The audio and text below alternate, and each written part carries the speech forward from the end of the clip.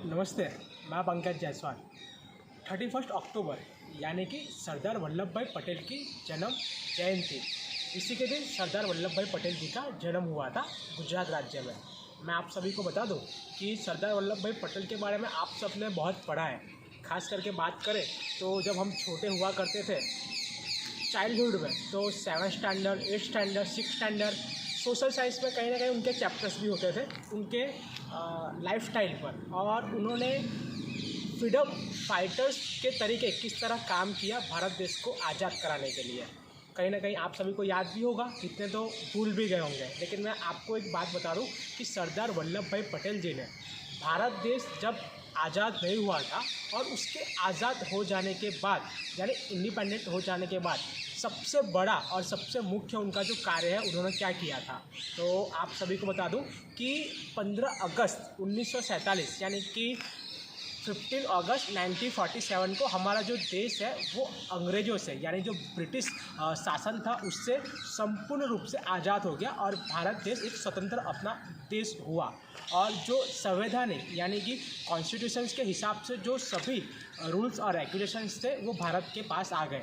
First जो prime minister थे पंडित जवाहरलाल नेहरू जी बने, और सेकंड जो उसके बाद जो वाइस प्राइम मिनिस्टर होते हैं जिसको सेकंड हम बोलते हैं, तो वो सरदार वल्लभ भाई पटेल जी को बनाया गया। भारत देश जब आज़ाद हुआ तो उस समय के 3 राज्य, फर्स्ट जम्मू कश्मीर, सेकंड जूनागढ़ और थर्ड हैदराबाद, ये 3 ऐसे जो राज्य थे, ऐसे स्टेट थे कि भारत देश के अंदर ये लोग ज्वाइन नहीं थे, वो इंडिपेंडेंट थे और भारत देश से अलग थे। बात करेंगे जूनागढ़ की, तो जूनागढ़ में नवाब और हैदराबाद में निज़ाम का शासन चलता था, और कहीं ना कहीं इन लोगों को पाकिस्तान के सरकार का पूरा समर्थन मिलता था, और वो लोग संघर्ष कर रहे थे कि ये जो 3 राज्य हैं जम्मू कश्मीर, जूनागढ़ और हैदराबाद, ये भारत देश में विलय ना हो, भारत देश से ज्वाइन ना हो। तो ये सबसे बड़ी समस्या थी, क्योंकि पूरा भारत देश आज़ाद हो चुका था और भारत देश स्वतंत्र था, लेकिन ये जो 3 राज्य थे जम्मू कश्मीर, जूनागढ़ और हैदराबाद, ये हमारे पास नहीं था। और ये कहीं ना कहीं ऐसा षड्यंत्र कर रहे थे कि हम जूनागढ़, हैदराबाद और जम्मू कश्मीर के माध्यम से दूसरे और राज्यों को भी अपना बनाने की कोशिश करें। इनको हथियार और फाइनेंशियली जो सपोर्ट होता था वो पूरा पाकिस्तान गवर्नमेंट इनको सपोर्ट करता था।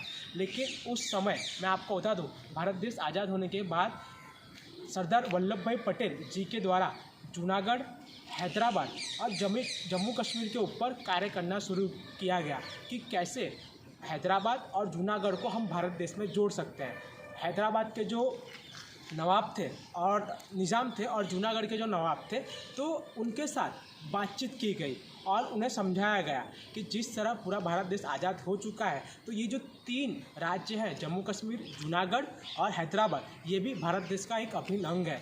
तो आप हमारे साथ जुड़ जाइए और हमारी जो शर्त है उसको मान लीजिए।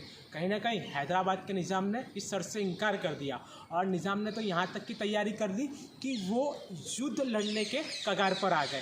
पाकिस्तान से बहुत सारे हथियार भी उन्होंने मंगवा लिए थे। लेकिन जब सरदार पटेल जी को इसका पता चला, तो सरदार पटेल जी ने अपनी ही भाषा में, और वो भी स्ट्रांगली जाके निज़ाम को एक मैसेज फॉरवर्ड करवाया और उनसे कहा कि अगर ऐसा होता है तो नुकसान उसमें निज़ाम का होगा और जूनागढ़ के जो नवाब है उनका होगा। इसी तरह हैदराबाद के जो निज़ाम थे उन्होंने अपना आत्मसमर्पण कर दिया, यानी कि वो सरेंडर हो गए सरदार वल्लभ भाई पटेल के सामने और इंडियन गवर्नमेंट यानी भारत सरकार के सामने। और जो हैदराबाद है उसको भारत देश में विलय कर दिया और हैदराबाद भारत देश के अंदर आ गया। जूनागढ़ के नवाब के साथ भी ऐसा ही हुआ, वहाँ पर युद्ध हुआ। जो युद्ध हुआ, जो फाइट हुई, उसमें करीबन कुछ दिन तक युद्ध चला था, और जो जूनागढ़ के नवाब थे वो जूनागढ़ छोड़ के पाकिस्तान चले गए, और वहाँ पर भी संवैधानिक रूप से भारत सरकार और भारतीय सेना ने वहाँ पर जो अपना वर्चस्व है वो कायम किया। बात रही जम्मू कश्मीर की, जिसकी चर्चा अभी तक है। जम्मू कश्मीर भारत का ही एक राज्य है, गवर्नमेंट ऑफ इंडियन कॉन्स्टिट्यूशन का ही एक अंग है, तो उसकी भी लड़ाई आज भी चल रही है। लेकिन हम कहना यही चाहते हैं कि जिस तरह सरदार वल्लभ भाई पटेल जी ने ये 3 राज्यों को हमारे भारत देश में जोड़ा, और जो 3 राज्य हमारे ही थे, लेकिन कुछ ऐसे जो दुश्मन थे कि जो उसके बीच आ रहे थे, तो इसको रोकने का काम सरदार वल्लभ भाई पटेल जी ने किया था। हैदराबाद का नाम आपने बहुत सुना होगा, जूनागढ़ का भी नाम आपने सुना होगा। जूनागढ़ के जंगल के जो शेर होते हैं, लायन होते हैं, उनके बारे में बहुत सुना होगा। जम्मू कश्मीर तो आप लोग जाते ही होंगे। तो ये जो एक हिस्ट्री है, शायद बहुत लोगों को पता नहीं थी, तो मैं ये आपको बताना चाहूँगा कि किस तरह सरदार वल्लभ भाई पटेल जी ने ये सबसे बड़ा कार्य हमारे भारत देश के लिए किया था, जिस समय पर बहुत ही डिफ़िकल्ट था। तो एक ये उनकी सबसे बड़ी एक उपाधि थी, और जिन्होंने अपना जो रोल है वो उन्होंने अदा किया था। तो सरदार पटेल जी को इसीलिए हम लौह पुरुष भी कहते हैं, आयरन मैन भी उन्हें हम कहते हैं। और सरदार पटेल जी की जयंती यानी 31 अक्टूबर को मनाई जाती है।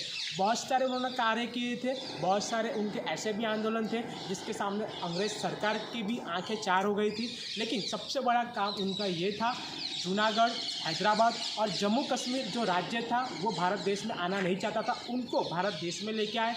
हैदराबाद और जूनागढ़ के नवाब और हैदराबाद के निज़ाम से युद्ध भी लड़ना पड़ा, लेकिन उसके बाद भी युद्ध उनको हराया और दोनों राज्य भारत देश में लेके आए और जम्मू कश्मीर भी लेके आए।